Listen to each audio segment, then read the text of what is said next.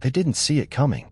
Not the retired teacher from Ohio, nor the Vietnam veteran in Arizona, not even the sweet grandmother who simply wanted to update her Medicare information.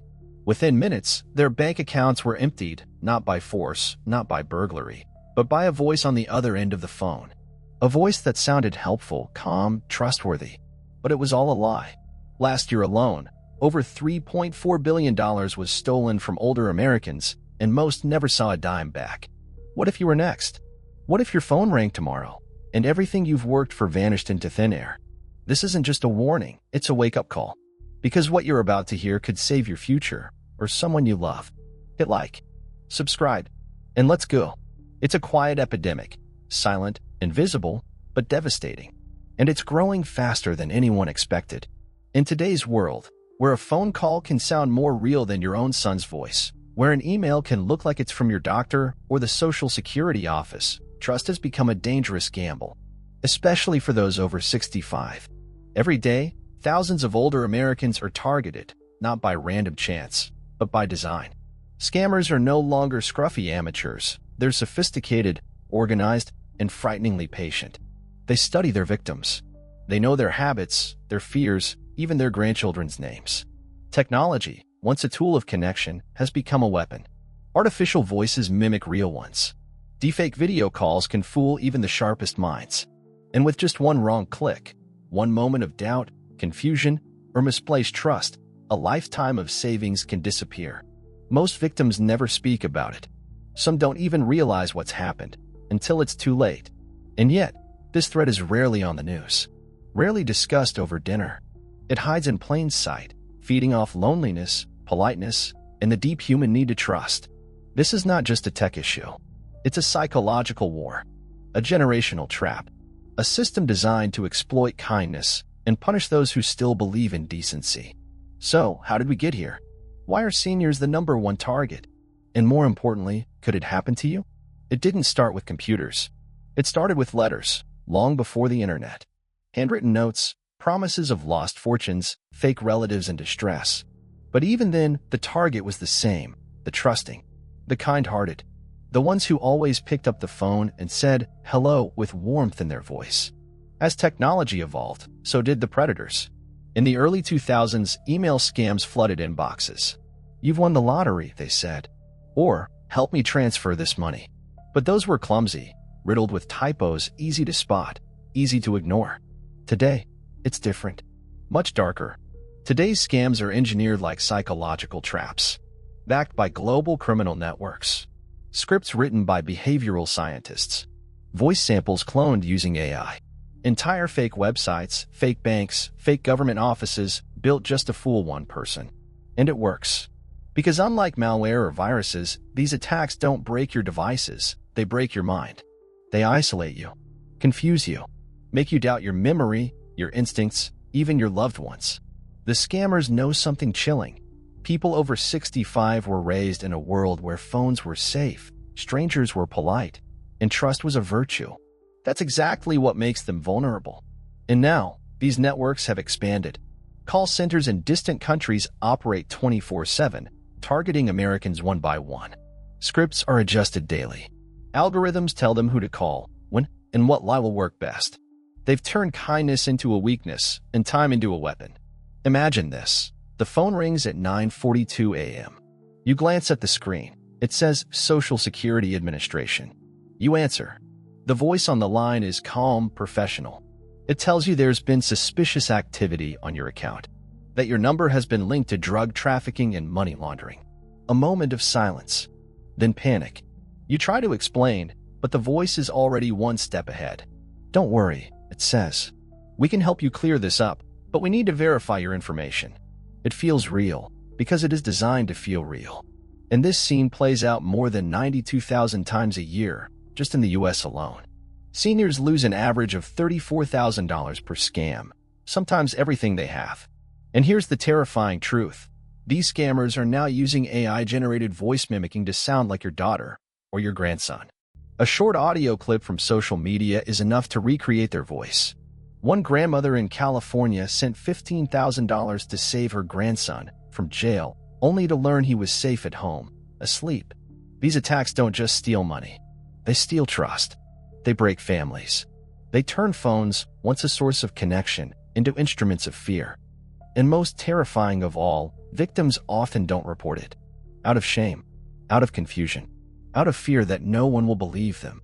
So ask yourself, how easily could you be fooled? Here's the part no one wants to admit. Most of these scams aren't created by lone criminals in basements. They're engineered by teams, with project managers, training manuals, and even performance bonuses.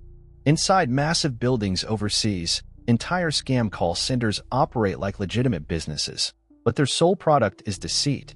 Some even simulate American office noise in the background, printers, phones, chatter, just to sound more convincing. But the truly terrifying twist? Many of these operations now use machine learning to optimize manipulation. They feed artificial intelligence with thousands of real scam calls, analyze what worked and what didn't, and the AI adapts, learns, evolves. Scientists have warned for years that deep learning systems, the same ones that power self-driving cars and medical diagnostics, are now being used to target human vulnerability. It's not just voice cloning. It's behavioral prediction. These systems know how you'll react before you do. They know which words make people feel safe, which silences cause doubt, which tone triggers action, and they tailor the attack in real time. You're not just talking to a person anymore. You're talking to a script written by a machine that understands your psychology better than you do. Think about that. You're not losing to a thief with a laptop. You're being dismantled, emotionally, cognitively, by something designed not to feel. Today, researchers are in a race against the dark side of technology. For every scam call made, there's a cybersecurity lab somewhere trying to understand how it happened and how to stop it. At the Massachusetts Institute of Technology, for example, teams are developing AI models that can detect deepfake voices within seconds. These models don't just listen for accent slips or robotic tones, they analyze emotional rhythm, breath patterns, even pauses that no human ear could notice. Meanwhile, the FBI's Elder Fraud Task Force has begun using predictive analytics to flag scam call clusters in real time. When a wave of similar reports hits from one region, an alert goes out. Investigators can respond before an entire community is drained. There are also browser plugins and phone apps powered by machine learning that now scan your screen and audio for known scam behaviors, pausing a suspicious call and asking you to confirm before continuing. But here's the paradox. The same AI that protects is also what empowers the attackers. This is a technological arms race, one where kindness, routine, and trust are weaponized against those least prepared to fight back. And the truth is, most people don't even know these tools exist. They don't know help is out there. Or worse, they don't think it could ever happen to them. But science is watching. Technology is evolving. The question is, will it evolve fast enough to protect the next victim? Or will the next breakthrough come one call too late? Some say this is just the cost of progress. That in a world where machines think faster than we do, some will use them for good, others for control. But what if the real danger isn't the scammer, or even the machine? What if we, through comfort, through convenience, handed over our vulnerability willingly? Every click, every yes we whisper into a phone, every photo of a grandchild we post online is data. And data, in the wrong hands, becomes a weapon. There are growing theories that this isn't just random crime, but a systemic shift in power, a quiet restructuring of trust, where older generations, once keepers of wisdom, are now seen by algorithms as easy targets. Some researchers argue that this isn't just fraud, it's psychological warfare. Designed, tested, refined. Others believe it's simply the shadow of progress. That AI, like any tool, reflects the hand that holds it. A hammer can build a home or shatter a skull. The same goes for code, for sound, for human emotion simulated in perfect pitch. But here's the question no one wants to ask. Did we move too fast? In our hunger for smarter devices, faster answers, effortless lives, did we forget to protect the very people who raised us? Who trusted the world to be honest, even as it turned silent and sharp? Technology was supposed to connect us. But what if it's now the reason we're being silently disconnected from safety, from truth, from each other? The damage isn't just financial. It's psychological. It's generational. Across the country, families are unraveling in silence. Grandparents too ashamed to speak. Children blaming themselves for not noticing sooner. Trust, the very glue that holds society together, is eroding, one scam at a time. The ripple effect is massive. Experts now believe we're witnessing the rise of a cognitive underclass, people, mostly seniors, who are excluded from digital life out of fear and confusion. They stop answering calls, stop checking emails, stop engaging with the outside world. Isolation deepens, and with it, the risk of depression, health decline, even early death.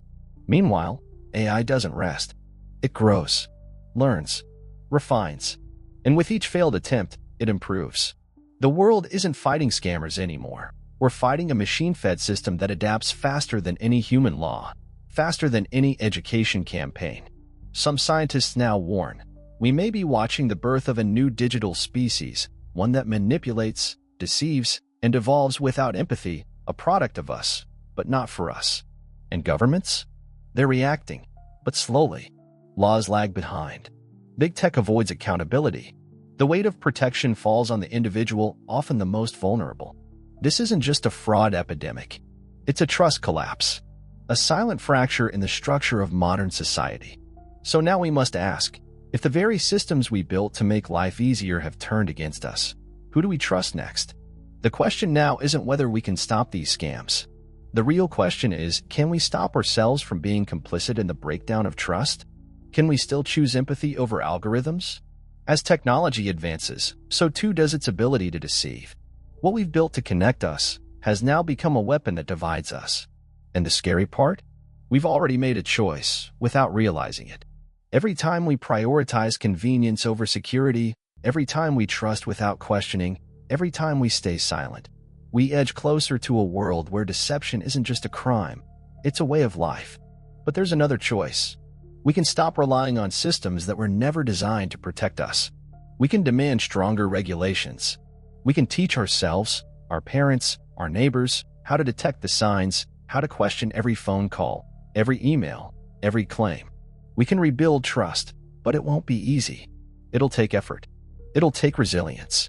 The alternative? A future where we slowly lose ourselves, one scam at a time, until we no longer recognize the world we've built. And so the choice remains. Will we evolve? Will we adapt to this new reality? Or will we let the machines evolve us into something we never intended? The answer lies in our hands. But time is running out. This isn't just a story. It's a reality that could affect you. I know it's easy to think, that'll never happen to me. But that's the same thought that ran through the minds of the elderly people who lost everything. The grandmother who trusted the IRS agent because she'd always paid her taxes. The grandfather who thought his bank was just helping him secure his funds. You might think you're too smart, too aware, too cautious. But in this digital age, even the most cautious among us can be caught off guard. So let me ask you, how safe do you really feel? Do you ever check the number calling you? Do you question every unsolicited email that shows up in your inbox?